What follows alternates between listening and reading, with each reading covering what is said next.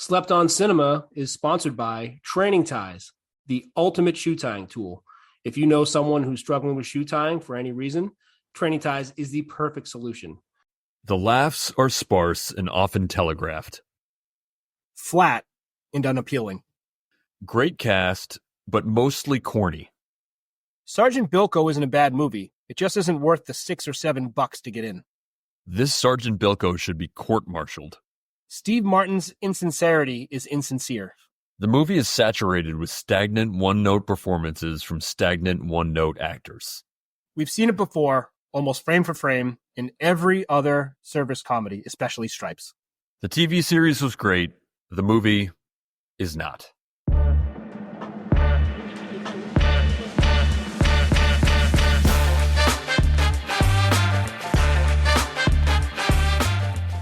Welcome to this week's episode of Slept on Cinema. I'm your host, Stan Steamer. And I'm Grove Street. And this week we're getting into the 1996 comedy classic, Sgt-Bilko. And this is a bit rare for us. We don't have a lot of comedies because I think comedies can be tricky, especially older ones. But this is we have a special guest coming on the second half of the show, Gus Tate, comedian Gus Tate, very funny guy. And this was his choice. And I'm so glad he chose this because this movie was so much fun to watch. So we'll obviously get into that. But definitely hang around for the second half of the episode when Gus Tate joins us. This movie, shockingly, like all other movies we review, are at or below 50% on Rotten Tomatoes for both critics and audiences. And we structure the podcast so that the first half is spoiler-free, talk about some things to look for in the film, take a break, go watch the movie, come back, and talk about what we just saw. And again, this time with Gus Tate at the second half. Rotten premise for Sgt-Bilko. When not trafficking in contraband, Sgt-Bilko oversees his base's gambling operations and occasionally runs a little con game, all under the oblivious nose of his commanding officer, Colonel Hall. After Bilko's old nemesis, Major Thorn, shows up, intent on ruining his career and stealing his girlfriend, Rita, Bilko must take extra care to cover his tracks while concocting the perfect scheme to take down his foe. Critics, 31%. Audience, a little bit higher at 47%. Makes no sense to me. When we first chose this movie, I was sort of like, I hadn't seen it in a long time. And I was like, oh, maybe that makes sense. But then I watched it. It was much better than I remember. I remembered it being funny, but figured since I hadn't, it wasn't one of those films that I'd seen lately, maybe not as funny as I had originally thought. But no, it's still hilarious. Yeah, somehow this slipped by, and I hadn't seen this movie until I watched it for some reason. And this movie just, I don't know how I didn't see it. This feels like I feel robbed. I feel I should have had a number of times in my childhood watching this movie because it is one of those movies that is very rewatchable too. And we'll get into that. Yeah, no, I distinctly remember seeing this in theaters. Growing up, I used to go to movies all the time, and I remember going to see this one, and it was hilarious. It was a great movie to see in a theater. Yeah, so a little bit of background on this. The movie came out March 29th, 1996. Opened number 2, and it took in $8.1 million. It opened number 2 to The Birdcage, and it didn't do great. This movie did not make people a lot of money. It overall did $38 million worldwide on a $39 million budget. So not like this movie cost a lot and bombed that way, but it didn't, I think, make a lot of people a lot of money. But of note, it made that 8.1 opening weekend. Fargo was also out at the time, one of the greatest movies ever made. And it was its 4th week, and it had only made $8 million over the entirety of those 4 weeks. So Bilko out-earned Fargo, all-timer, in that 1 week. That was wild. So you hang your hat on that, Sgt-Bilko. I obviously didn't watch TV in the 50s because I wasn't alive, but I hadn't realized that this was an adaptation of a sitcom. This is a CBS sitcom from 55 to 59.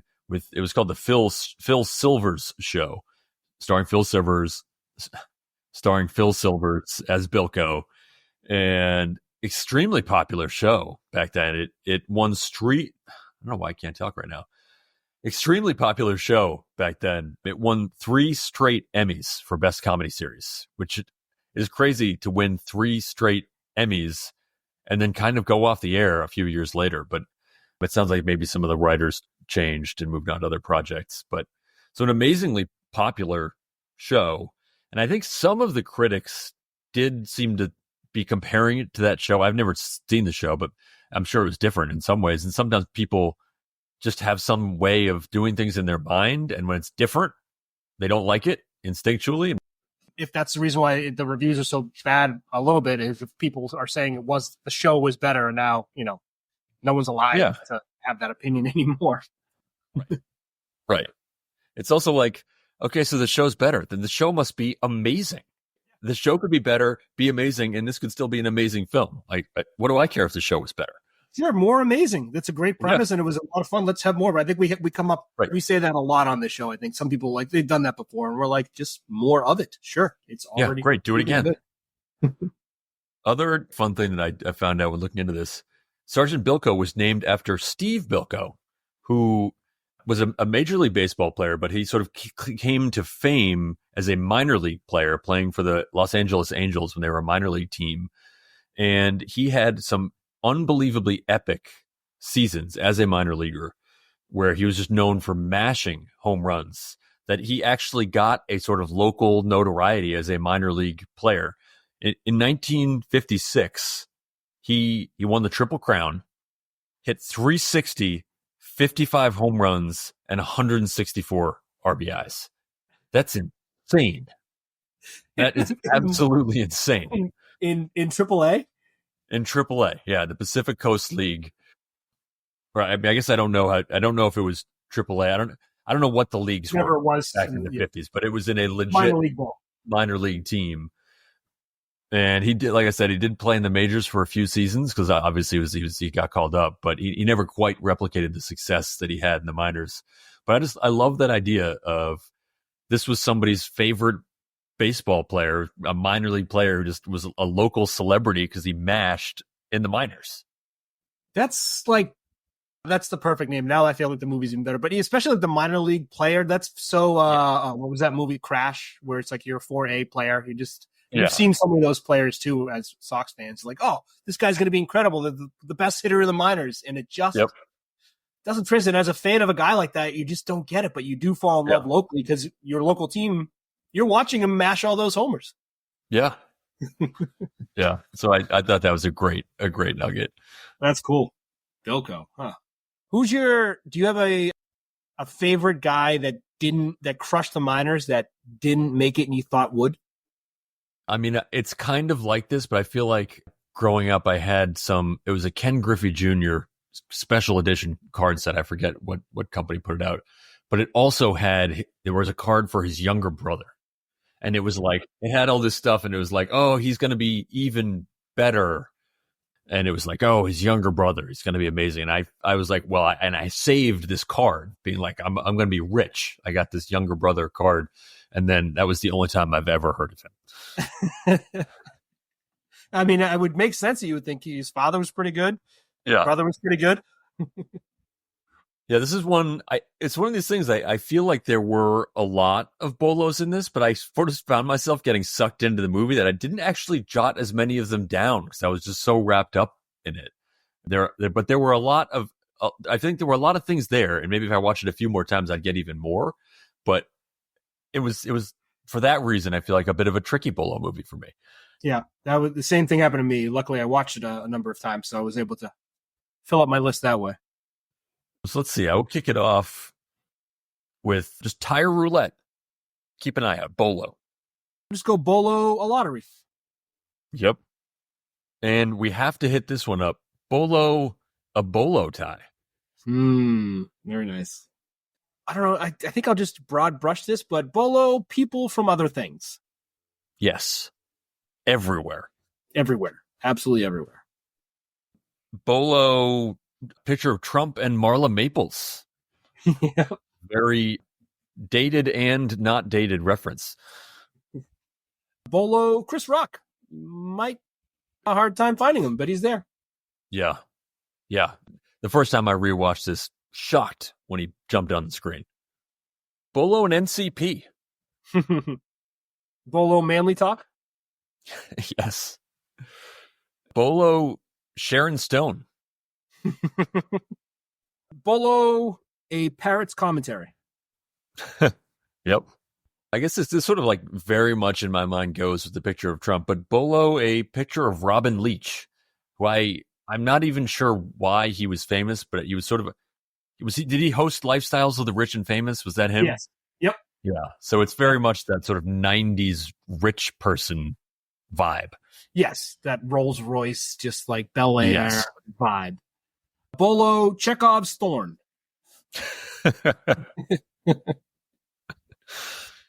Bolo a hovercraft. Yep. I can't tell if this is wrong or not, but Bolo giving a thumbs up that may allude to your lack of intelligence. The style of thumbs up. Yep. A way to give a thumbs up that tells people you might not be the brightest. Yeah. Bolo a pawn. Bolo boxing history. Bolo just a really great lever. And you'll know it when you see it. Such a good lever. Bolo making sure it's tight. For country fans out there, Bolo Travis Tritt.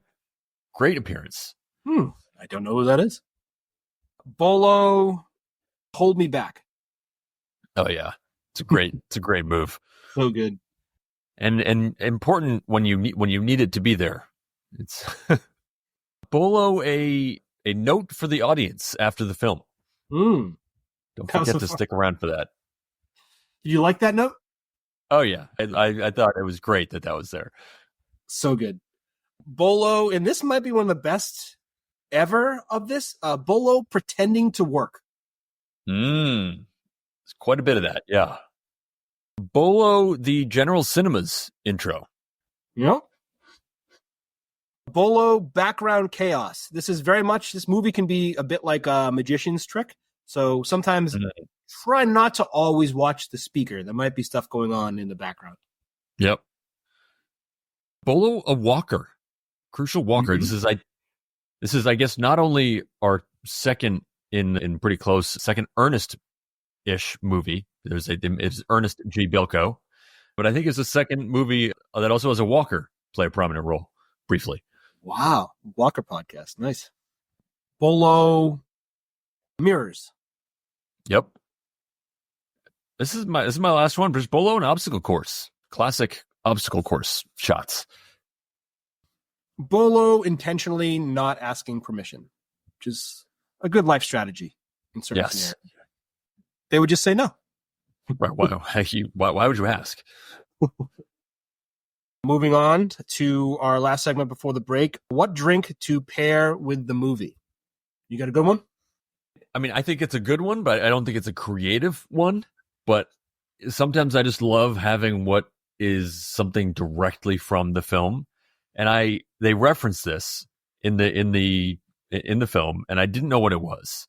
And it was one of these things I felt like it was part of a joke, and I didn't totally understand the joke. But then once I looked it up, I was like, I think this actually is a joke. So get yourself a brandy Alexander. And then when it is referenced in the film, you'll have a sense for what's going on. But get yourself a brandy Alexander. It is a dessert cocktail, is how it was described. It is equal parts cognac, creme de cacao, and fresh cream. You put that on ice and shake it up, get it nice and frothy, and pour it in a glass. And that sounds amazing. That sounds really good, yeah. So it's one of those kind of vintage, old-timey, probably from the Phil Silvers era cocktail. But I think it's also something that clearly doesn't take itself too seriously. It's a dessert cocktail. You just have a good time with it. I think that's perfect for this movie. Mine is in the middle of dry January right now. So I am doing a non-alcoholic drink for this, which I think is fitting because after watching this movie a couple times and I hadn't seen it before, I think this is a perfect like mid-afternoon, Saturday afternoon, or like late morning, and you're just like back in the day flipping channels and this comes on. I could see this just being the perfect late afternoon movie that comes on and you just kill a nice hour and a half, 2 hours with commercials. And in this movie, they really enjoy the nice things in life, the finer things, not coffee, but espresso. So I think if you have a nice iced Americano or any espresso drink during this movie, I think that'd be a nice way to enjoy this movie and go about the rest of your day. Because I don't think this is like the end of the night movie. No. me. This is like a daytime. You're going to do something after this, kill some time during the day type of movie. So I'd like some coffee during it. Yes. So I would go, and I'm going to call this the Patrolman's Pick-Me-Up, which is 2 shots of espresso, 4 to 6 ounces of cold water, some ice cubes, and a dash of simple syrup or vanilla. Wow. Yeah. Sounds amazing. I'm a big espresso guy. That sounds like a perfect drink. And you're right. This totally is a daytime movie. And in my mind, I did see this in the theater. In my mind, there's no way I remember this, but in my mind, it was like a 2 p.m. showing. You walk out and then go to, I don't know, grab some snacks. Back. Yeah. All right. Can't wait to watch this and have everyone see it and get to the other side with Gus Tate. Yeah. Enjoy. In today's army, one name stands for pride. One name stands for courage. One name stands for honor. One name stands alone. Bilko! Yes, my colonel. We have rules and regulations. Sergeant Ernest G. Bilko. Let's go, campers! Wakey, wakey! He's calm under pressure, cool under fire, We've discovered a number of possible irregularities. and courageous under attack. Make the bad man stop. From Universal Pictures and Imagine Entertainment comes a man whose methods Let's do the grab the rifle by the bottom thing. are anything but approved. You woke me up for reveille? Drop and give me 20. Whose orders All right, 1. We're going for 1. are anything but regulation. Are these yours? It is my understanding that you can no longer ask me these questions, sir. And whose training is anything but basic. He wet his bed. Oh, well, once in a while. No, he did it from across the room. Steve Martin, Dan Aykroyd, and Phil Hartman. I'm just so damn proud. Sergeant Bilko. Bilko!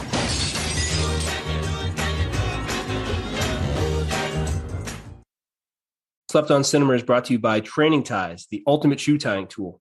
If you know anyone who's struggling with shoe tying, Training Ties is the perfect solution. Or if you know anyone who just doesn't like tying their shoes, Training Ties keeps shoes tied all day long. Say no to Velcro and yes to independence with Training Ties. I feel like they don't make movies like this anymore. We say that a lot with a lot of our movies, but they just don't make these anymore. I don't know why. Yeah, and we're joined on this half by Gus Tate, comedian Hello. Gus Tate, who How's it going? was also on our Spy Hard episode. And I agree. We keep saying this, that this type of movie isn't made anymore. And it's funny. I had been watching this for the pod for like the 3rd time, and I just had it on. And most of the time, I have a 3-year-old son who never watches anything I have on with adults in it. It's always like it's animated. He'll stick around. But this time he started watching it, and he's watched the movie for like 45 minutes. The first movie with adults. So something about it like caught his eye. Yeah, we just got another listener.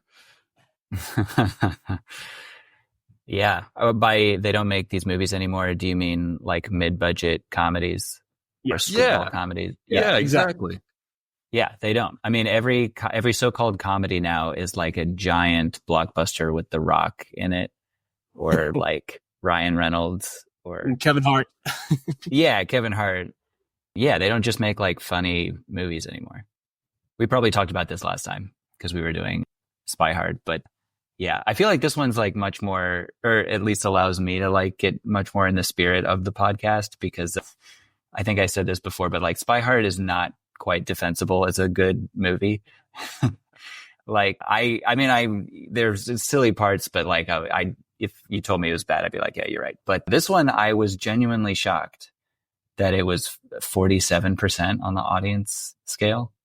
I think the critics are snobby, but the audience, it will redeem it in Rotten Tomatoes. But this one, I was like, what is going on?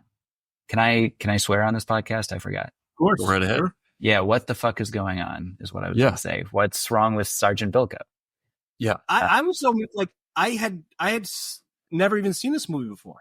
It just interesting. Somehow it had slipped by. I remember the box cover, the white background and him on the cover like, marching. Yeah. But I had heard just a few people at the time, and no one had said anything good, so it just kind of like slipped by. But I don't know why after seeing it for the first time and then 3 times in the last week. Yeah. Yeah, I remember seeing it in the theater. I remember seeing this as a thing. Yeah. It was great. Yeah. I remember thinking this movie is great. I'm sure everybody loves this movie because when you're a kid, you don't know better. Yeah. I mean, for us, it was I think we owned it, or we rented it a bajillion times. But yeah, I've just seen it so many times. And yeah, it's hard to separate the nostalgia from if it's actually, I mean, the first thing when I saw that, I was like, maybe it is bad. And then when I watched it, I was like, no, this is good. I mean, maybe not the funniest comedy ever made, but it's it should be 70, it should be in the 70s audience score. Yeah. I mean, and it's one of these movies, this movie doesn't have to be the funniest movie ever made. It's just a funny movie. That's the whole point. It's just it's a movie that is lighthearted, that doesn't take itself too seriously, that you can just throw on at any time with any age. It could be your 3-year-old son or it could be your 80-year-old grandma, and everyone's going to have a good time here. Yeah, there's something in it for everybody. There's, pee pee poo poo jokes. There's horse poop. There's when he says Doberman wet the bed. Oh, what's wrong with that? Oh, he did it from across the room. That had me rolling as a 7-year-old. I mean, that's just a good joke. It's that's just a funny. First time 42-year-old. Yeah. Oh, totally. Yeah. So many good little parts. I mean, I was reading some of the bad reviews on Rotten Tomatoes. Stuff Steve Martin's character is too sleazy and shady or something. It's what?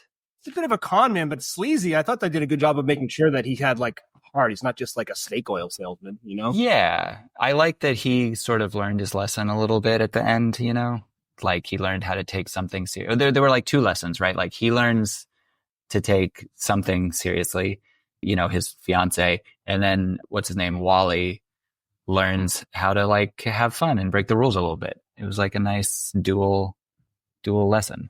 Yeah. Well, I'll just what more do you want from a mid-budget screwball comedy? Right. Yeah. I think it's a good time to move on to our draft, which we have. So what our format is, Gus, you get to go first as our guest. Thank you.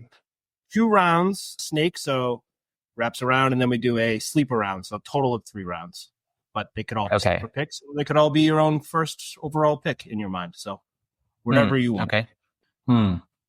I love the way that he salutes in this movie. Yeah. He does it many times, but it has totally influenced the way that I just greet people. I mean, the saluting is sort of my standard. I'll probably do it when we get off this call. I'll just do this because I need to do something with my hands.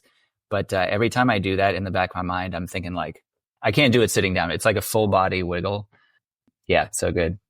It's like a wiggle and snap at the end. I feel like there's a very brisk snap at the end where it all comes together too. It's very clear he's never taking it serious too. Just doing it for the other person. Oh, totally. Yeah. It reflects his whole attitude towards the Army in general, the bare minimum required to get me through this interaction. Yeah. There was one specifically that had me dying. I had picked this too.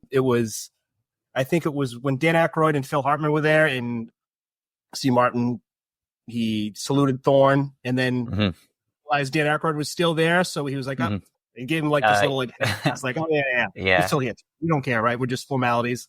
It was just a great mock of the situation. Totally. All right, good pick. Stan Steamer, you're up first. Second, sorry. So I feel like I'm kind of scooping a whole bunch up with this pick, but I'm going to do it anyway. So I hope you have a deep draft board there. Mm-hmm. I'm taking the cast, and I'm not just taking the cast because obviously the top line billers with Steve Martin, Dan Aykroyd, and Phil Hartman as some of the greatest comedians coming out of the 90s or any generation, decade, whatever that there are. Obviously, we could talk about them. I don't even think we need to. But what I really enjoyed about the cast was the whole top to bottom. Everything was great. And it in particular included two actors who, as a child, I just assumed were world-renowned movie stars. Glenn Headley. I was always a huge Dick Tracy fan as a kid. She was the lead female role there. And then Max Casella, who was in Newsy. and he was a big part of Newsies. And those were two sort of formative movies for me. And there were really crucial characters in those films. So when they show up here, I'm like, okay, this is two great movies that these people are in. These people must be stars. Yeah. Little did I know that, I mean, they obviously both had great careers, but they're not A-list stars. But yeah, they're the kind of people that I love seeing in movies because they were great in those films and they were great here. And it was one of these things. It's an ensemble cast all the way through. And everyone in it was perfect. Everybody was great. Yeah, Dirty Rotten Scoundrels is what I think of Glenn Headley being in. Who it was a similar sort of role, like a sweet sort of she's smarter than she lets on, and she ends up being like the one that she's got her own tricks sort of thing. Yeah, the cast is so good. Chris Rock. Yeah, Chris Rock showing up. I had completely forgotten that he was in this. And then you're what? A third of the way in, half the way into the movie, and then all of a sudden you're like, wait a minute, Chris Rock is in this? As an accountant? Yeah. And young Pamela Adlon. Yeah. As Barbella, I think. Wait, is Max Casella the one that was in The Sopranos too? As Benny? Do you know? I don't know. Yeah, I think so. And he's in Tulsa King too. Right? Okay. The little Italian kid. Yeah. Yeah, I love that guy. He's awesome. And you mentioned Louie earlier. She's also the Barbarella. She's the girlfriend or whatever of Louie. In Louie. Got me. I was such a huge fan of the movie My Cousin Vinny, which is like the same time. That guy was in it. I was like, who is that guy? That major. It's the stuttering lawyer. And I like, how is this guy not the funniest guy of all time? Like, wait. In My Cousin You're not Vinny. even talking. Oh, there's two people from My Cousin Vinny in it. Yes, and then I was going to get to the other murder. Okay, yeah. No personality, but the stuttering lawyer. Wait, who is the stuttering lawyer? He's the major who didn't think that the hovercraft could work. Yeah. Right. He's in What's Up, Doc? The Barbra Streisand movie. We're just playing 6 Degrees. But that's what's great about this is this movie was full of stars, top to bottom. Yeah. Phil Hartman. We didn't even say Phil Hartman yet. Well, I'll get to my first overall pick, which is go for it. Phil Hartman. I mean, any movie he's in is incredible. I don't know, like, there's no better character to play who he is, just like that jerk, straight edge, yelling at you, like oftentimes like a dad in a movie. Someone like that who just knows the rules and is trying to set you straight. He is just phenomenal. I mean, I know every time he comes up, everyone realized like just obviously what a career that was cut short, so tragic. It was if you catch a movie that you're like, oh yeah, Phil Hartman. If you catch one of these roles, it's like a nice little surprise that you get from putting on one of these movies that you might have forgotten about. But definitely Phil Hartman. Oh yeah, I tried to watch Jingle All the Way with my daughter recently, and I thought it was good. I remembered it being good, and then I turned on. I was like, this isn't good. But Phil Hartman saved the entire movie, Jingle All the Way, and it's a similar sort of thing where he's like trying to get the protagonist's wife in like the most boring, like straight edge way possible. So good. His car that he shows up in, I thought was the best. His what? His car that he shows up to the bar in, and he's trying to be like this. Oh yeah. Like this little tin can thing, and he just isn't the guy that he is. Yeah. Phil Hartman is great. Let's see. My second pick. Let's go with.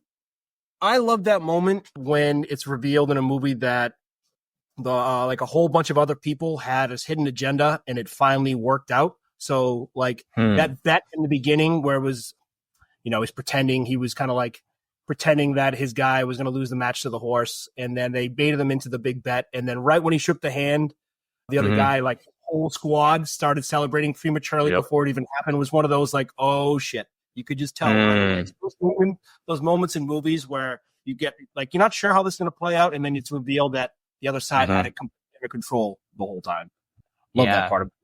I remember I didn't catch that when I was a kid watching it. I thought he was just being stupid at the beginning. Like, why is he forcing him to do that? And then like watching it now as an adult, I was like, I see. He was, Yeah, that was great. And you could tell as soon as that handshake went, I don't know what the other guy's name was, the guy in white who lost all his money, lost $1,000, he knew the look on his face as soon as he shook Bilko's hand. He knew, what have I done? I've made a huge mistake.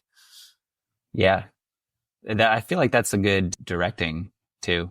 Like the way that scene was done was like, oh yeah, like yeah, the whole scene was great. I mean, it was such a great intro to the chaos and just Bilko scene that exists on that base was all right there wrapped up into one thing. And it was interesting. It was sort of we were meeting Bilko just the same as the new private was meeting Bilko. It was sort of like, I love when movies sort of pull you into the role of one of the characters, and that is exactly what happened there. And it was we and him were seeing the same thing at the same time. And it was almost a perfect scene. Yeah. Oh, I agree. My second pick, I think I'm just going to go with hovercrafts. I mean, the fact that a hovercraft is in this thing, is there anything cooler than a hovercraft? Was that like early computer animation in there? Yeah, I mean, it has to be, but it's one of those things. Like, it could have been any number of things, but they were like, you know what, we're gonna go hovercraft. It's not a huge budget film, but we're gonna do it anyway. And they're just awesome things. They're one of these things that, and this comes up before in other of our podcasts, I'm drawn to things that are real yet seem magical.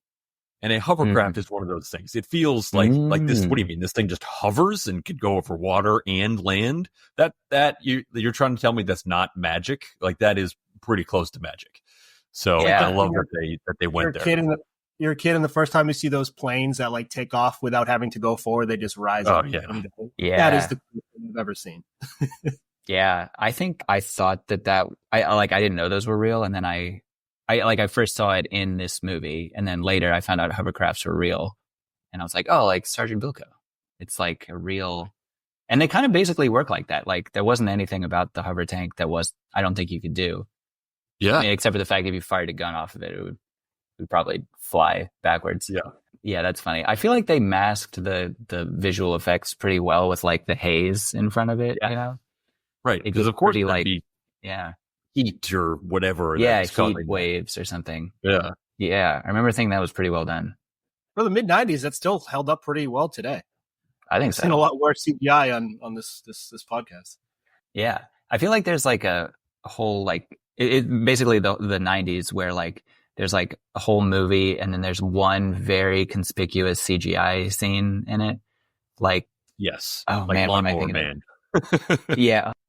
There's or like Aladdin. Remember when they were trying it out in Disney movies? You know, like the flying carpet scene was CGI. Yep.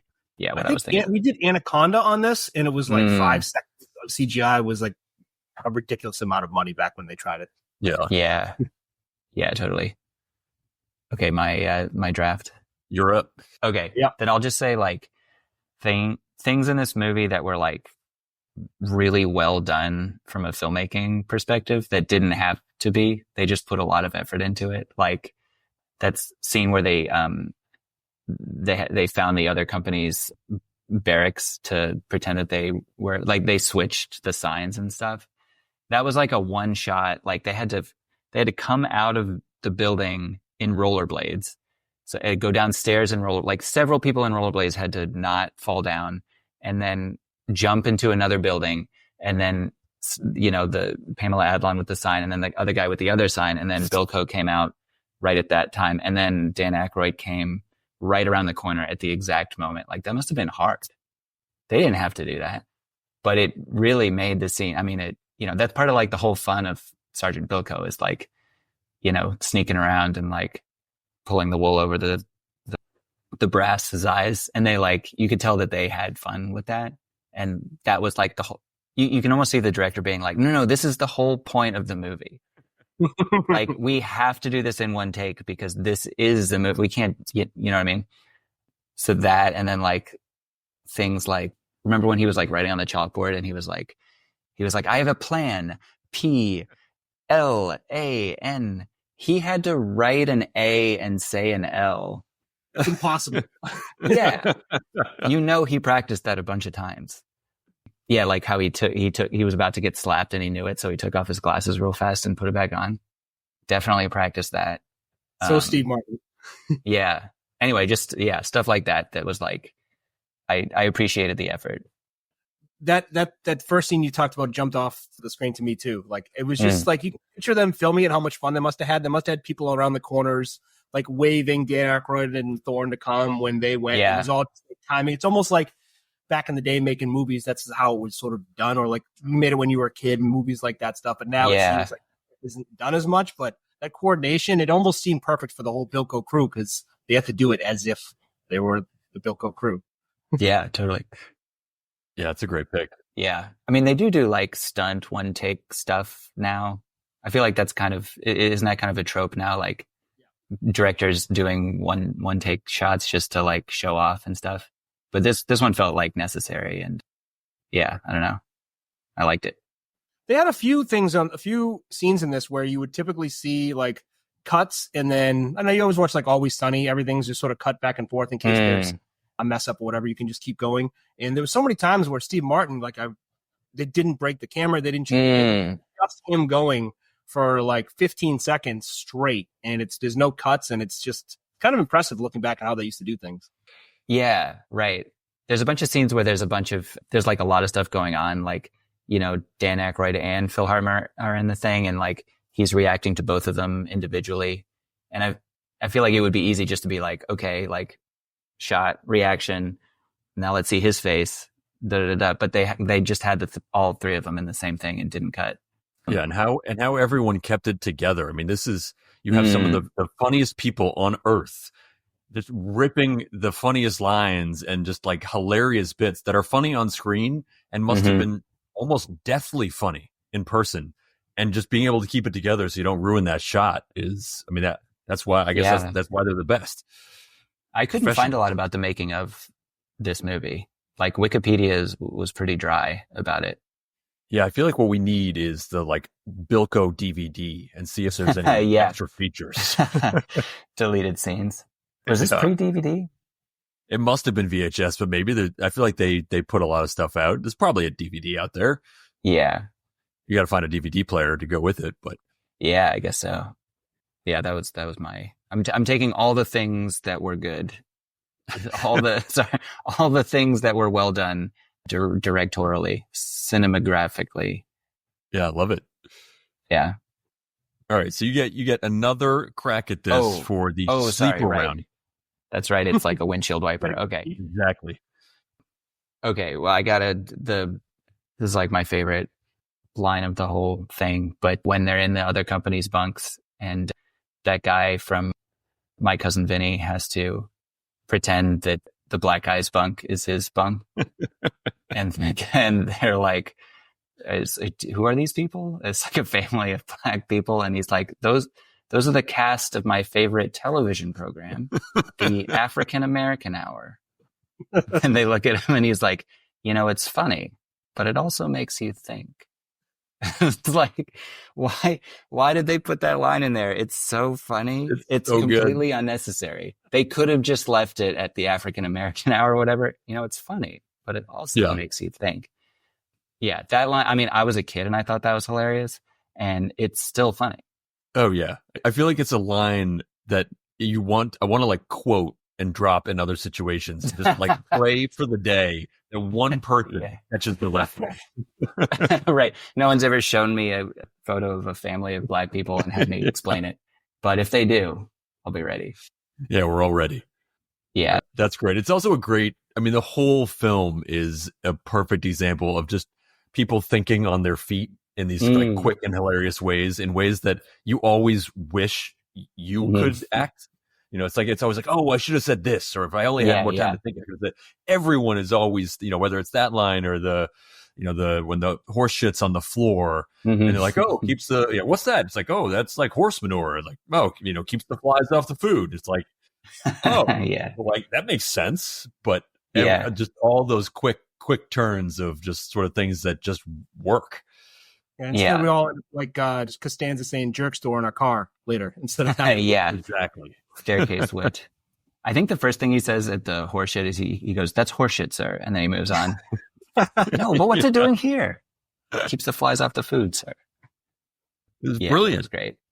And also in the bunk when he says, it's obviously a woman's bunk, and he says, "Are these yours?" And he says, "It is my understanding you are no longer allowed to ask me these questions." Right. It's a new army. Right. And that's, that's probably that was a joke that probably hit home really hard when that came out, because that was right around the advent of Don't Ask, Don't Tell, I'm sure. Yeah. Exactly when, but it was that Bill Clinton era. Yeah. Right. 96.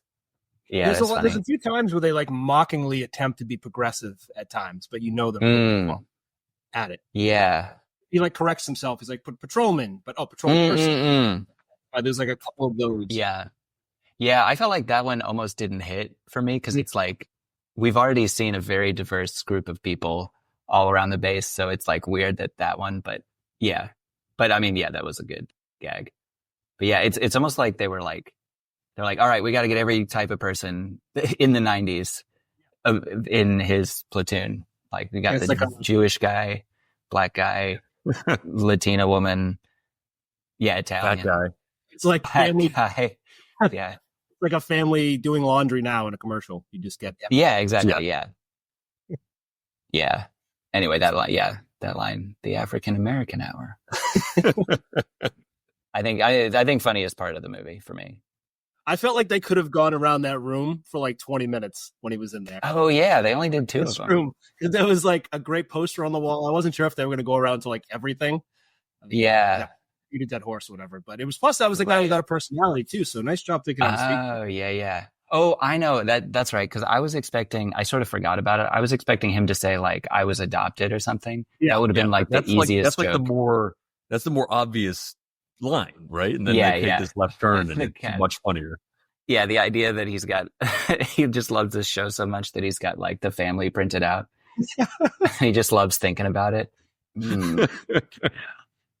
Yeah. That was a good one. All right, I yield. Also, something to aspire to for our podcast. I would love someone to just say one day, it's funny, but it also makes you think. Yeah, they've also got you in their bedroom. Like they've got the two of you. Yeah, if anyone's listening and they need a photo of us for your bedroom, just let us know. We'll happily mail you one. This is the cast of my favorite podcast, the Caucasian Hour. That's great. My sleeper pick, and there were so many things to pick from in this movie. There were so many of these just little elements that were just perfectly done. But I'm going with the excuse that Steve Martin uses once of when he's late because he forgot about daylight savings. And that was just, I'm sure, in no way near daylight savings time at all. But I just love the concept of like pulling that out of your ass. I don't know, in the middle of summer. I have no idea when this movie, what time of year it was, but just being able to say, "Oh, I forgot about, it's not my fault. I forgot about daylight savings," because that's something. It's one of those things you're like, "Oh, okay, sure," but then you don't. If you think about it too much, it doesn't work. But I think next time I'm late, I'm definitely going to pull that out. Daylight savings. Yeah, that's a good one. Going between two here, but I think it's always going to work, but. There's a part of the scene when they're playing golf. I feel like every 90s or 80s comedy movie, there's golf involved, club hijinks. But I like when someone takes a swing and it's a wild swing, and for no reason at all, they have to show like, where did the ball go? And they show like someone marching, and then someone just randomly falls down. It happened, Caddyshack and Happy Gilmore and stuff like that. It happens. Yeah. That distant shot of like just a random person being struck in the head. I don't know why. It always makes me get like a cheap chuckle every single time. Just like, some random person gets bonked and falls over. I thought I had seen that before, but I think that probably wasn't like Happy Gilmore or something. Yeah, I'm sure it happens a number of times in golf movies, like goofy, schlocky golf. Yeah. Always. Yeah. It works. It's like fun for kids too, because it's like find the guy that got hurt. Like, where's Waldo? That's probably what it is. Yeah. I also like that. It says honorable mention. I like there was one part where it goes, you know what I want to do right now when after he shows up to the wedding late and he's trying to get her back. And it's like in a regular movie that would be like, oh, let's have some hot sex or whatever. But no, that is not going to be that. And he just takes the cards out. Anytime that like bait and switch in a movie, like, you know what I want to do right now, but it's like, play gin rummy or sew something. Yeah. That misdirection. That was good. Oh, speaking of misdirection, also with the wedding, you know how he's like, I feel like there's somewhere I'm supposed to be right now. And then it's the wedding and then it goes back to them and they still haven't figured it out. Like, yeah. Cause you're expecting them to be like, oh shit. Like, but the fact that they delayed it for one extra switch is really funny. Yeah. Yeah. The racetrack? Yeah. Racetrack. No. Poker? Yeah. I have and sometimes we do anti-picks, which are things we hate, don't like that happens in movies that from real life. So one thing I used to, when I was working, was getting like the worst non-related advice from a boss or superior about what I should do. So I was like a teacher for 20 years. And sometimes you just get like the worst advice. In this, it's like when Dan Aykroyd gives the advice, instead of boom, kaboom, boom, we go boom, boom, kaboom. And you're like, I'm trying to get a $7 million piece of equipment to fire. Sure, we're focusing on that. You know, like, those sort of directions from the bosses are always just like, you have no idea what goes on here, do you? Yeah, that's perfect. We'll move on to our superlative. I think I forgot to bring this up to you, but our superlative for this movie is favorite side hustle. I'm sure we can come up with one. He has plenty. So what side hustle of Bilko is your favorite? I'll go first. I just like the casino up. Just set up for it, and when somebody comes in, they play that track, and they just flip everything. And I love the idea of having stuff nailed to the walls. I mean, to the table, so they can just flip it, and it's all right there. Yep. Yeah. And I love how they catch the chips in the bag. Like that was great. Yeah. The roulette wheel inside the tire. Yeah. For some reason, always stuck with me. Like that's just brilliant. Yeah. Oh, I'd have to go with the just, I don't know what's it called, card sharking, where you, or card poker hustling, where he was hustling the guys. Yeah. I'm a sucker for every time that's in a movie. Like, oh, is this what do you mind if I watch? Do it. Yeah. Do you mind if can I watch? We get to play cards. Can I watch? Yeah. Oh yeah. I'd love to give some of this back. No, that would be wrong. Yeah. That's definitely my favorite. And I feel like everyone else in that poker game, like Bilko has a reputation. They should really know better that they are getting scammed. So yeah, that's crazy. That's on them. Yeah, for sure. Oftentimes the people he scams, or he kind of like lays a soft foundation out there for someone to scam him. They try to. He goes, no, I got you. That's like what happened with that double down bet. He's like, oh, you can take advantage of me, but he's taking advantage of him. And those guys, he flashed the money, and he's like, I don't know what I'm doing, guys. And they try to take advantage of him. So he's like, I like it. Yeah. That's usually his setup. He always just like plays like he has no idea what he's doing. Yeah, exactly. That's a good one. So my favorite, I mean, there were obviously a lot to choose from. My favorite though is pretty minor. You might have missed it if you're not paying attention, but it's when the new private shows up and Steve Martin's character Bilko finds out obviously that he has money tucked away in his hat, and he's sort of running through all the options, the things, the upcharges that he can get. And I just love the idea of special towels, that he was selling out special towels. Yeah. I hate a bad towel. And I just imagine that the army has these like terribly brittle, dry, scratchy towels with threads sticking out everywhere that don't get you dry. You know, like you can imagine you go to a gym or the YMCA or something, the towels they have there are horrible. And this, imagine just being even worse. And so this idea that he has these, like, I just imagine he has these like super like Egyptian cotton great towels, and he's just charging everyone on base for them. I thought that was just a brilliant side hustle. Yeah, that is good. I feel like that endears the audience to Bilko too. Like, who wouldn't want a nice towel? I want to be in the platoon with the nice towels, even if I have to pay for them. Yeah, I mean, you're getting sweaty all the time. They're probably showering a lot. You want a nice towel is a luxury that you need.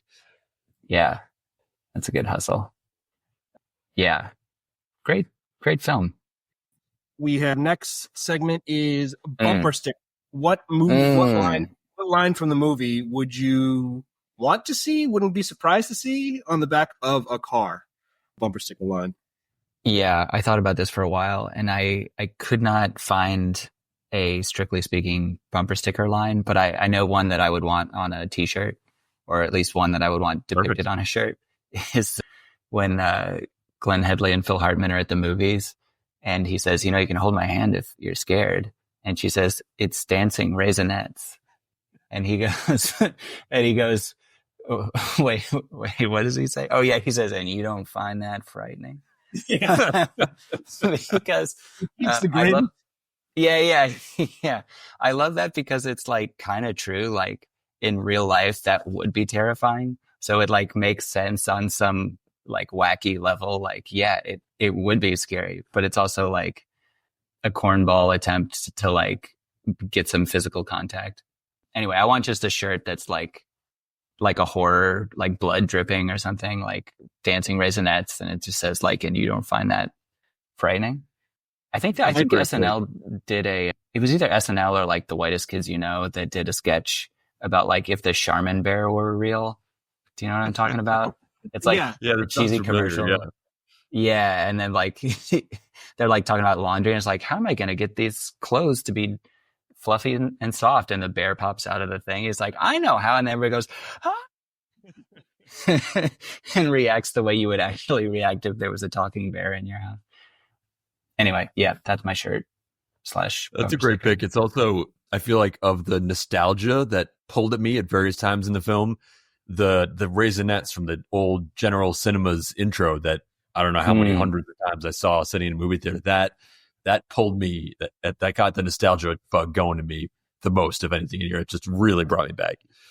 Yeah, They also for sure. They also did a great little cut to one of the Raisinets too that did look a little like strange. Oh yeah, there's so much like built-in foundational knowledge to make it like that a Raisinet dancing is normal. But if you just come in and you just watch that like from a planet, like this is ridiculous and crazy. That is Yeah. It's also an example of the thing I think that we talked about before, where it's like one extra line that they didn't need. Yes. Like it would have been a joke by itself if she were just it's dancing Raisinets and then like move next. But the fact that he said, and you don't find that frightening. Yeah, really good choice. Mine is for just whatever fan base is terrible, like usually like the Mets, or right now I think it's the Pats or whatever. When Dan Aykroyd is describing how they haven't had a successful testing thing in 9 years, and Phil Hartman goes, "That's not a slump. That's a tradition." I feel like that could be just put on like whatever local team on there, and it's not a slump; it's tradition. And our tradition is failure here, and whatever insert town. Yeah, that's a good one. Yeah, just That's own an it. actual bumper sticker. Yeah. I like that. Yeah, Yeah, I good could one. definitely see that with, it's like I don't know what that is. The Browns, the Jets. There's, Yeah. you'd see it in like Major League, like the Indians or something. Somebody would have that. I like that. Mine, I kind of struggled with, but then when this line came up in the film, I was like, oh, this is a dynamite bumper sticker to throw on your ridiculous $100,000 sports car. And this was a Steve Martin line. Sometimes long shots pay off big. I feel like you throw that on your like ridiculous car, and it's, you did something that no one said you could or whatever, and you got loaded and blew a bunch of money on a sports car, because why not? And throw that on your car. Yeah. That is a good one, because that's like the sort of the heart of the movie. It's like the emotional climax of the movie. He like finally gets the girl. Yeah. I guess if the movie has a moral, it's like sometimes gambling is good. Yeah. I was gonna get Sometimes that way, it's- like, the moral of the story is like, yeah, gamble, take Yeah. Right. Yeah. Well, I guess it's both. I mean, it's like, some things you got to take seriously, but like also you gotta live a little. You gotta, I feel like there's a value in being able to think on your feet and adapt to whatever is thrown at you. Do what you can to get through the next thing, whatever that is, whether it's gaming someone or who knows. Yeah. Be charming too. Like he just can charm his way. Like everyone still likes him too. And it's what you said before, Gus. Like I don't think he's sleazy. Like he gets out of things and he's a gambler and stuff. And it's hard to walk that line to like gamble and pulling over on people and not be sleazy. But he doesn't. He seems to walk that line. Yeah. I think it's because he takes care of the people that look up to him. Everybody's happy in his little crew. I was going to say this movie made Vegas seem really fun to me as a kid. Just, I mean, the music, Viva Las Vegas, and they're playing craps, and I got that low angle on him, like throwing. And yeah, I remember like the first time I went to Vegas and like immediately lost like $300 at blackjack. I was like, this isn't fun. The first trip to Vegas is always such a realization. Like, oh, Okay. Yeah. Oh, this is why this is why these places have so much money, because they take it all. I also feel like the first time you go, or I mean, probably still, you're not a high roller. You're just like there. Yeah. And it's a different it's a different experience there. It's just like a regular person walking around versus what we see in movies when you're winning big and you got girls on the arm. The first time I went, I think I was like 23. We had just touched down in Vegas and it was like midnight. It was just me and a buddy. We had never been before. Uh-huh. And we it was like, I forget the name of this casino. I think it's gone now, but it used to be right across from Caesars and it like refused to die. And it was like the cheapest one on the strip. We walked out of the casino in like 12:05 and within 1 minute, some dude I'd never seen a purse snatching. Like there was a woman in front of me, a guy came by, ran by, grabbed her purse, and then just took off down the highway, like within the first 5 minutes. Like, all right, this is Vegas, not exactly what we saw on in Sgt-Bilko. Yeah, in Sgt-Bilko. No, of course not. That's too easy. Yeah. Let's see. One change to be a blockbuster. So this movie ended up not being a blockbuster. I think it lost money. What one change could we make to make this movie a blockbuster? That's a really good question. I thought of the idea of like making it during an actual wartime instead of it being like just a bunch of people on a base. Like, what if it was actually during a war? I like that. But raise the stakes a little bit. Yeah, raise the stakes a little bit. But I don't know. It might be counter to the whole spirit of the thing. It might also ruin the movie to make it, because I feel like part of the fun of it is like everybody's trying to be so serious. All the brass are like trying to be serious and stuff, but it's like, come on, nobody's, why is it? Let's have a little fun. Like nobody's getting shot out here. So if you actually did change that, like maybe it wouldn't work. So never mind. I don't like my own idea. Half the barracks didn't make it at the end of the movie. It's like, yeah, this is great, but we did lose half of our friends. Yeah. Yeah, but I'm curious about your guys's. What's your change? At the end, I wanted to tweak the ending just a little bit because I felt I want when they do the hovercraft and you have to tinker with this to make this work, and they're going through the hovercraft demonstration and they're faking all.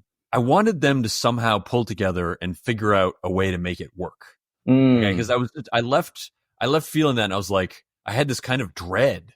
They're gonna figure it out. Like they're now pouring billions of dollars into this thing. They're gonna figure it out, and then it's gonna be just awful. And that it left me with this feeling of dread that I couldn't quite shake. Still like inkling of it.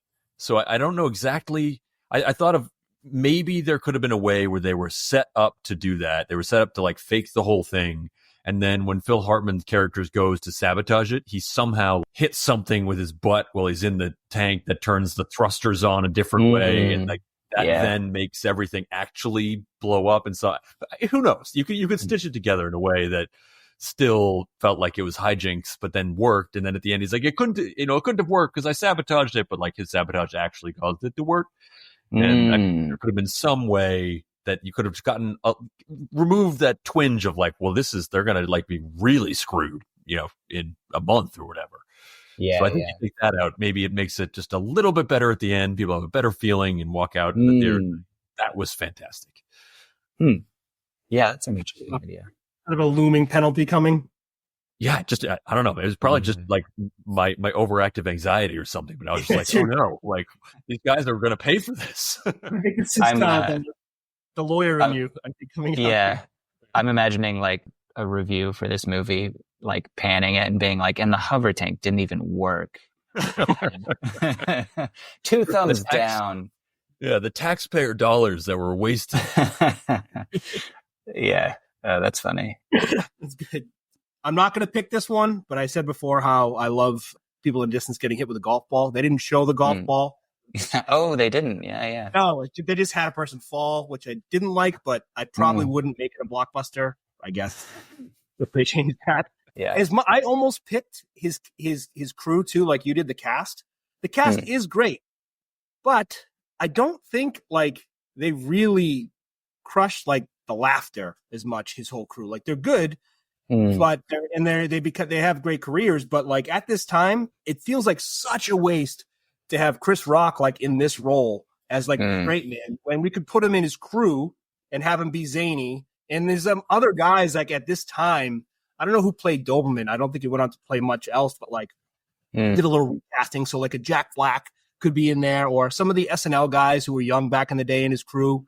You could think of Mike Myers or even Adam Sandler or whatever. Just someone in there that has some comedy chops or whatever, because his crew is good, but it's not like who was the funny one in the crew. There wasn't really much laughter there. So I feel like I was going to say John Candy, but he's gone by then. Yeah, like maybe a Bill Murray. Bill Murray, yep. Yeah, Oh, yeah. Some of those SNL guys, I feel like we already had some with Phil Hartman and obviously Steve Martin and a bunch of the other guys. But if some of the guys who actually broke through to become like comedy stars, it seemed like this should have been like a launch pad to a comedic career for a few of them, and it really wasn't. Yeah. I thought maybe Chris Rock wasn't as famous then, but I think that's right. Yeah, I mean, I don't know exactly where he was, but I think he probably wasn't as famous because otherwise he wasn't even.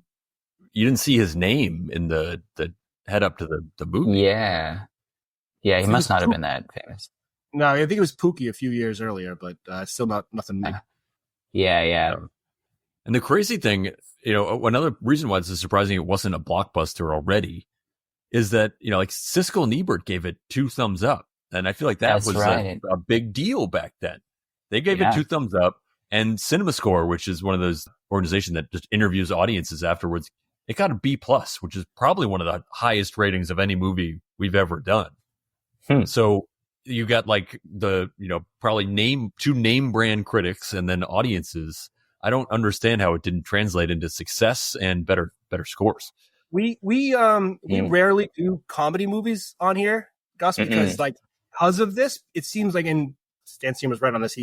He's brought this up where you can have such a difference of opinion on comedy versus any other movie. I think like something could be really, really funny to you, but if it's not funny to you, then you find it stupid and you hate it. Like if I watch this with my wife, and it's not just not funny, it's almost borderline offensive to her. Whereas like, a horror movie that most people think is great, you're not going to have horror fans for the most part, other halves of horror fans hating it, or dramas or cop show or something like. But comedy seems to really like piss people off if it doesn't hit them.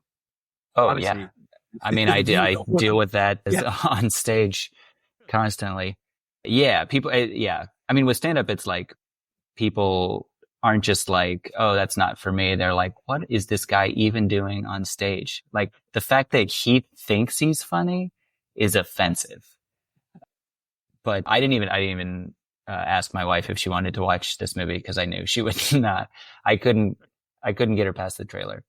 Yeah, I forgot that Siskel and Ebert gave it 2 thumbs up. So we're not totally crazy.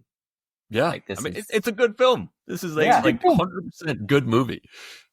Totally. Which is partly why like a lot of stuff that critics look for in these comedy movies, I thought that this movie had. It was pretty well put together, but only 31% from the critics is strange when Siskel and Ebert both give it 2 thumbs up. So.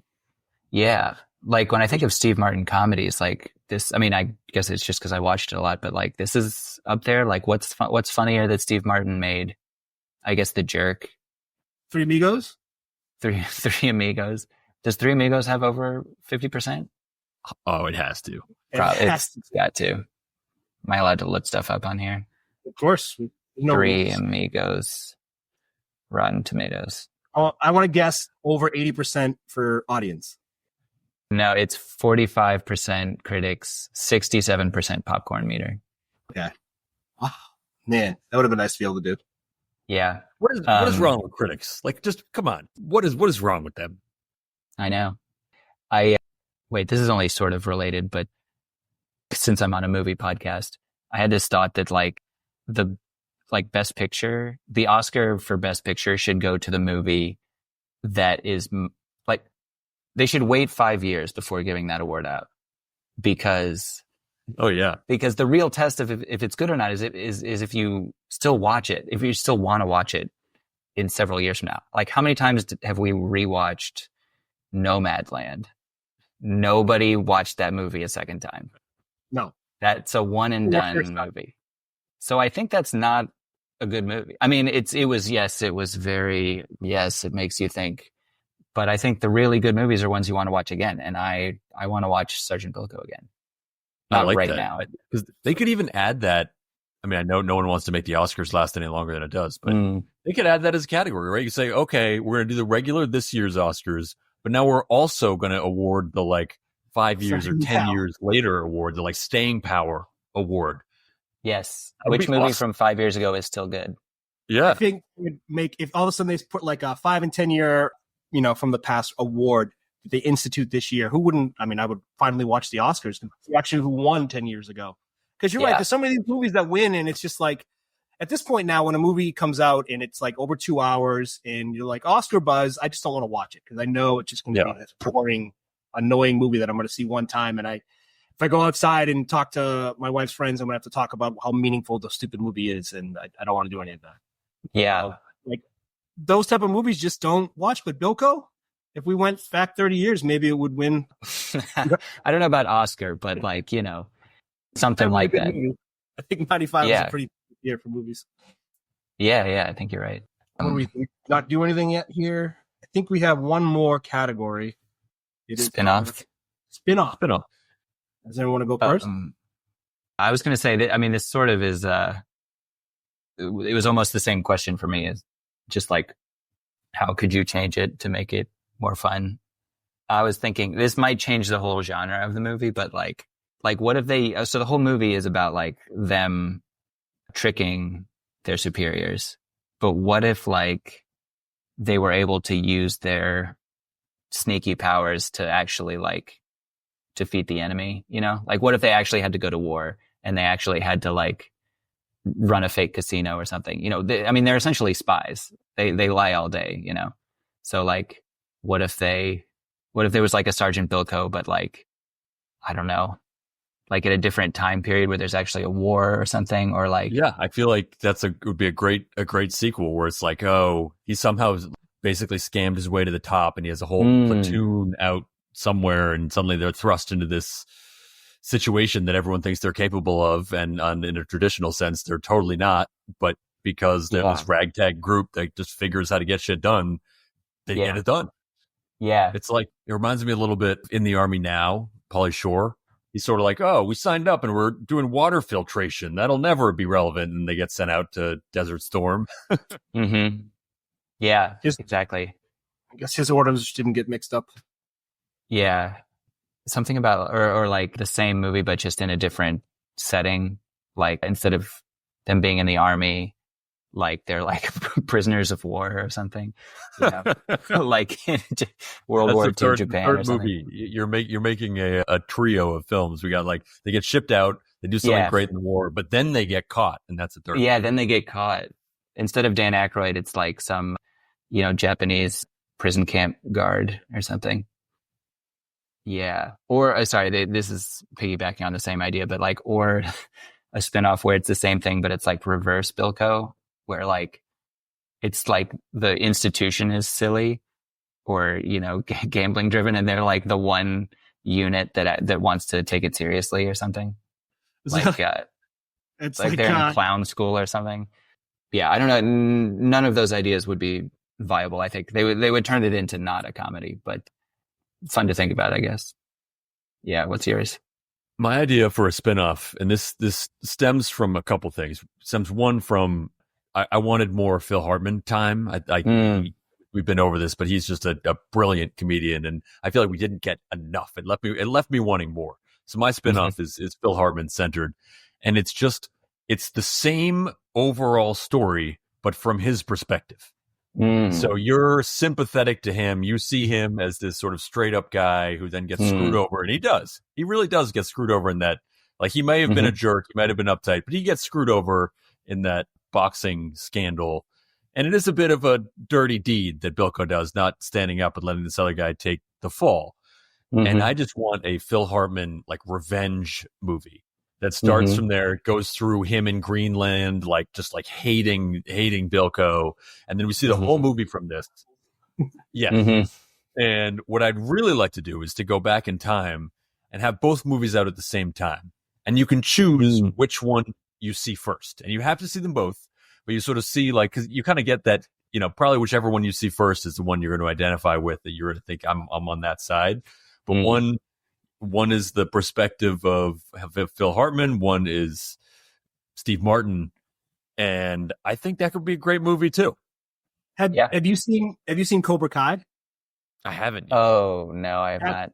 It's the same premise, right? It's the idea. It's from Johnny's perspective, from Karate Kid, and it's like, well, actually, Karate Kid was kind of a jerk. Came in, took his girlfriend, and from his perspective, you can see all the things that Ralph Macchio's character had done wrong, and that's just like this. From Phil Hartman's perspective, this guy is making a mockery of something he holds dear, which is the United States Army and keeping everyone safe and all that stuff that the recruit believed in when he came. And this guy's making a mockery of it and breaking the rules left and right. So I could see how he would be, he's actually trying to do the right thing outside of the sabotage. Yeah. He's trying to save a nice lady from a horrible relationship, trying to hold her hand during a movie. I was going to say, do you know Gary Gulman, the comedian? Yeah, he's got an amazing thing about the Karate Kid. He did it before Cobra Kai, but just about how ridiculous it is. What does he say? Oh yeah, like talking about the crane kick at the end. He says, "If do right, no can defend." And it's like, actually, even if do right, can defend. Yeah, can definitely defend. Anyway, watch that whole thing. I think mine incorporates what you were saying a bit, Gus. I do want his hijinks, Bilko's, to go towards an enemy, but my premise is a bit towards after the tank demonstration where he goes to that general and he hints at the general like, hey, is there politics in your future? I don't know.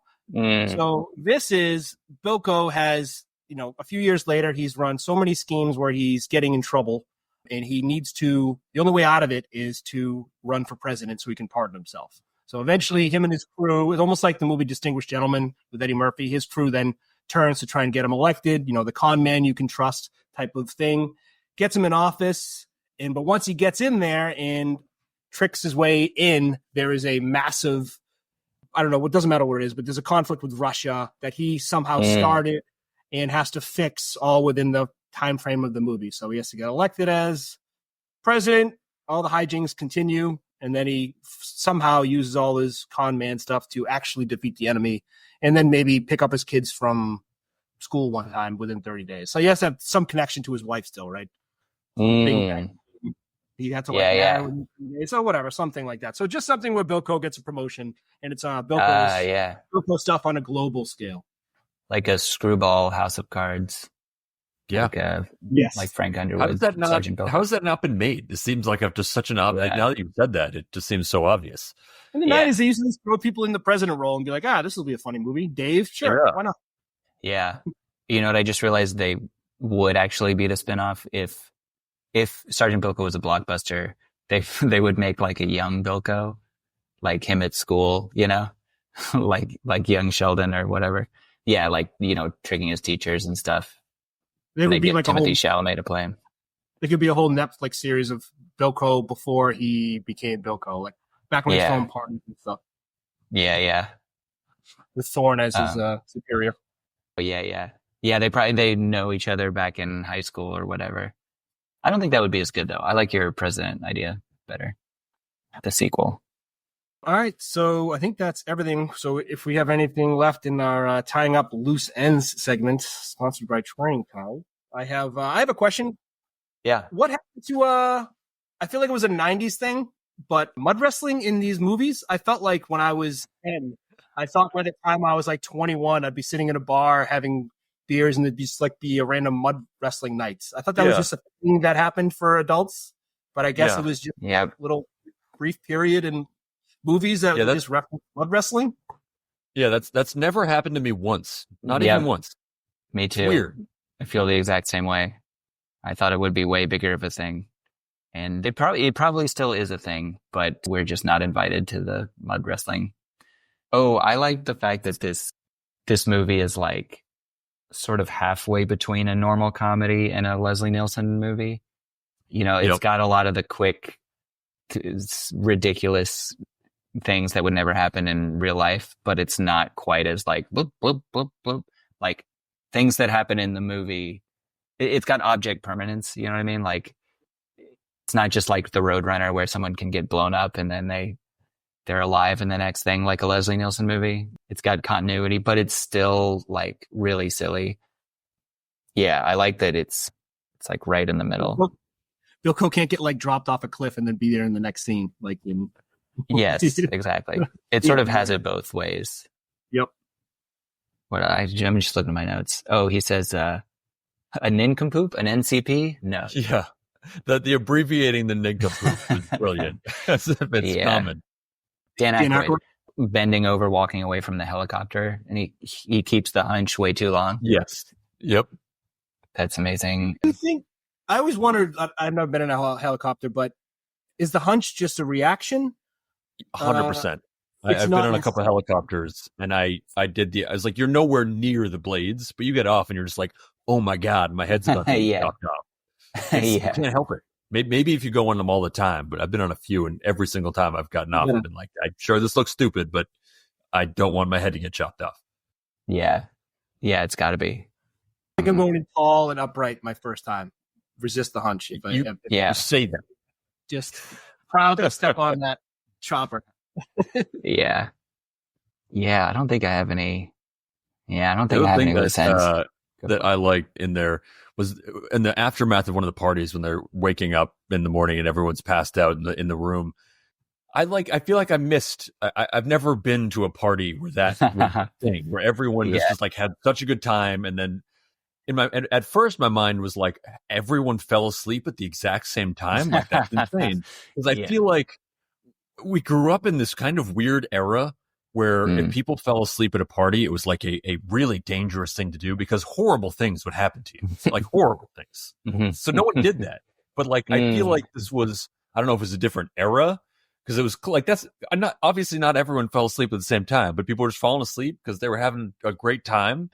And that was fine. And that's just like, I feel like I want to go to that kind of party where it's totally fine to fall asleep and that's just whatever. That's cool. And then B, everyone does fall asleep because they were having such a great time right where they are. Yeah. A full mariachi band falls asleep at the same time. Yeah, exactly. All right next to each other. That's funny to think about the implications of that. Like the party is going on so late and everybody's having such a good time that even the hired entertainment is like, let's just sleep here with our instruments. I randomly liked the soundtrack.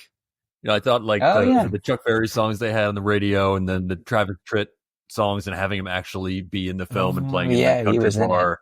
It was like you were saying before, Gus. This didn't have to be as good as it was, and yet it was an element of the film that was just done just right. Yeah, yeah. They make a honky tonk seem really fun too. Yeah, I kind of wanted to just go and just have a Bud Light or a Brandy Alexander.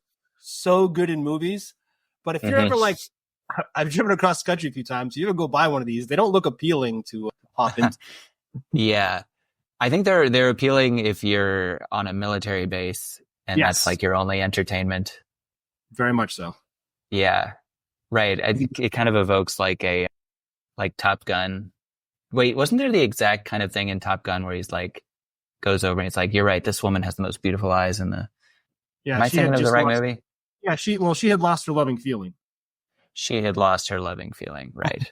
Yeah, it must be fun to just go to a bar and hit on women and wearing a full uniform and like wingman for your buddies and stuff. Yeah, it feels like a cheat code. It's not fair. Yeah, but yeah, Vegas looks fun. Going to a honky tonk and listening to country music seems fun. Risking getting court-martialed seems fun, all because of this movie. Being in the army seems fun, even. I mean, like everything. Oh, that's right, the obstacle course that they go through. Yes. You know, like that looked so fun when I was a kid. I wanted to do that for real. Yeah. But yeah. Go through. Good. Huh? Go through it, like Doberman. Go through it. Yeah. Yeah, right. I'm right through. Right. Even though they were like failing at it, it still looked fun. I think as a kid, I was like, no, but I could do it. Something similar in gym class. So it's like, these idiots don't even know what they're doing. That's not how you do it. Yeah. Like, yeah. Right. You know what you're doing. Yeah. I swung on a rope. I know how to do this. Yeah. Good movie. This was awesome. Thanks again, Gus Tate, for joining us. And hopefully we have you on again. And if you haven't checked them out, it's special on YouTube Top Gus is crushing it. Did I see? I think I messaged you about like there was an award nomination for Oh, I know what you're thinking of. I self-submitted to the Grammys, which is a thing you can do. Oh, congrats. If you join, thank you. If you, if you join the Recording Academy, a little life hack here. If you join the Recording Academy, they give you like 5 free submissions. And so you can just submit yourself. And I did. And, it did not win. I don't know if you were paying attention. I feel like you could say nominated. You were nominated. Yeah, I nominated myself. I was not one of the nominations. I was submitted. I was in the running. You actually have to be careful in the language that you use. Like they give you like a sheet. They're like, you cannot say, I can't remember all the rules, but like you have to be careful about the language that you use. I got so many people after I posted that on Instagram, people being like, what? You're nominated for a Grammy? Whoa, holy shit. Exactly. Yeah, well, definitely within the slept on cinema, that's another truth that was here. We have you, Gus Tate, Grammy nominated comedian. You guys should do slept on comedy. I mean, that's what this is. Everybody's sleeping on Gus Tate. But thank you for the plug. I'm recording another one April 27th. So if anyone's that's listening is in New York, come to that at New York Comedy Club. And then a month or 2 later, there'll be another album. So awesome. Check that out. But yeah, I love doing this podcast. I'd love to do it again next time I see a bad movie that's actually good. Yeah, absolutely. No, it's a ton of fun. This is a great choice. Cause I think as Grove said, we struggle picking comedies. So I feel like it was such a great film to watch again. And I feel like it was also something we wouldn't have picked on our own, which is just awesome. I had a great time with it. Sweet. Let me know when you need another one. All right, will do. All right. Thanks a lot. Yeah. Thanks guys. Later.